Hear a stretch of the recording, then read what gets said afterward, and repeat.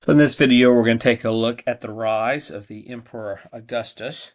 So we'll first of all kind of note that prior to 31 BCE, Julius Caesar's adoptive heir, Octavian, and Antony, Mark Antony, were at war with each other for control of the Roman Empire. And so Octavian had the Senate cancel Antony's military authority. So the Senate is still very much a key player in who is controlling things, but because of Octavian's military successes, he's having more sway, and he ends up canceling Antony's military authority, and Octavian also has the Senate declare war on Cleopatra the Seventh of Egypt. So Antony has befriended Cleopatra. He's in a relationship with Cleopatra, we could say. And Octavian knows that this is going to put Antony in a very difficult situation. Antony has already ceded several territories to Cleopatra, and he even allowed her to call herself the Queen of Kings, and her son, Caesarion, who she had been fathered by Julius Caesar himself, as King of Kings. And so these titles as well are not going well with the Senate, because they're seeing as if she sees herself above the Roman Empire. And so that's not going well. And so this is why Octavian can persuade the Senate to declare war on her. But Antony decides to side with Cleopatra, so risky move here for him. Octavian then sets out to do battle with Antony. Anthony and Cleopatra make their way to Greece, and in order to engage. But Octavian is able to defeat Antony and Cleopatra at the Battle of Actium in September the 2nd in 31 BCE. So a major decisive victory there, kind of preserving, as it were, the Roman Empire against the threat of Antony. But Antony and Cleopatra both are able to escape back to Alexandria. So after the Battle of Actium, Herod the Great is now put into a precarious situation.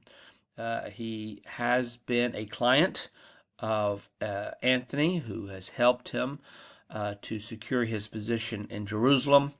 But Herod sees the writing on the wall, and he knows that he needs to shift his loyalties to Octavian. And so he goes to Octavian and makes his case of why he is supportive. So in Athos's work, Bridging the Testaments, he makes several points to which he can plead to Octavian why his loyalty should be trusted. For instance, one of the things, Herod has always been loyal to Rome first, not just loyal to Antony. He's loyal to Antony as representative of Rome. And Herod as well has been made king of the Jews by the Romans, and so he understands his power as king of the Jews is from the Senate, and he also, claimed to have advised Antony after his defeat to Athens to kill Cleopatra. So he makes out several different pitches to Octavian in order to persuade him that he is going to be on his side, that he can be now a loyal client to Octavian. So Octavian is then going to confirm Herod as king of Judea, king of the Jews, and then Herod begins to make preparations to help Octavian fight Antony in Egypt. So Antony's forces are going to end up defecting to Octavian. They see as well the writing on the wall that this is not going to go well for them. And when that happens, Antony knows that all hope is lost. And so he ends up killing himself. And then in a few days afterwards, Cleopatra is going to do the same thing. Her children do not kill themselves. Her son Caesarion is captured, and the fear is, here he is going to be, paraded around in Rome as this kind of captive, bringing him down. So he does able to escape. However, he is hunted down pretty quickly, and then he is executed. So by 28 BCE, Egypt's wealth now belongs personally to Octavian. So because he has beaten Antony and Cleopatra in Egypt, that becomes his. Now, Egypt is a very wealthy place. I mean, it is kind of the grain factory of the Mediterranean. And so this is going to make Octavian one of the wealthiest individuals in Rome. And so much of the internal hostilities that had been going on in parts of the empire are beginning to subside now. And so Octavian really then sees that what he has done in bringing about this wealth and getting rid of Rome's enemies, at subsiding these different rivalries that has been going on, he has been successful in in dealing with other sea problems, and so he decides to call this period the Pax Roma, which is a very kind of famous expression about Roman peace. Now, the one thing about Roman peace is secured by Rome's military might. Now, so that might mean peace for the Romans and for those who are aligned with the Roman Empire.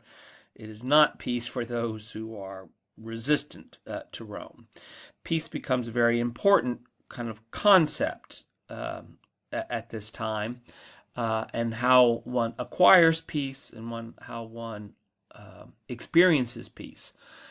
And so I think that's important to keep in mind when we read the New Testament and we see that very oftentimes, for instance, in Paul's writings, peace is something that God offers to the individual. It's not the peace that Rome offers. So it's the peace of God that Christians seek for. So on the 13th of January in 27 BCE, the Roman Senate then gives Octavian command of all the Roman provinces and the title Augustus, or the revered. And so that's pretty significant. Now, a few years earlier, Octavian had been given the title Imperator, or the Emperor. Now, this has a different kind of meaning when he was given it a few years earlier, and it didn't have that same kind of sense of exclusive supremacy at that time. But then when the Senate is going to make him first of Roman citizens, when they give him that designation, then this is going to give him kind of the exclusive supremacy as the sole ruler over the empire. Now, of course, he still rules in conjunction with the Senate, but he's definitely in a different position now with that title. So what is happening here is this really begins the end of the Roman Republic and the beginning of what we would call the Roman Imperial Age, where the focus ends up becoming on the emperors as kind of the embodiment of the Roman power.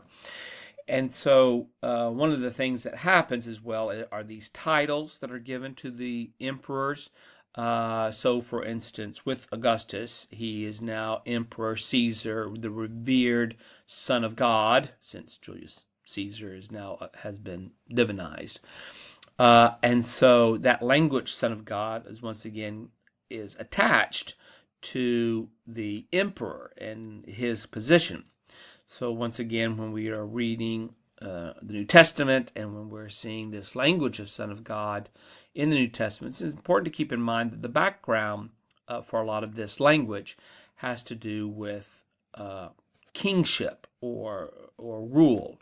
To be a son of God is, in a sense, to be someone who is seen to be the supreme ruler. And so what Christians are claiming is, well, while the Romans might think of their emperor as Son of God, the Christians recognize who the true ultimate Son of God is. All right, so that gives us a quick little rundown of the rise of Augustus.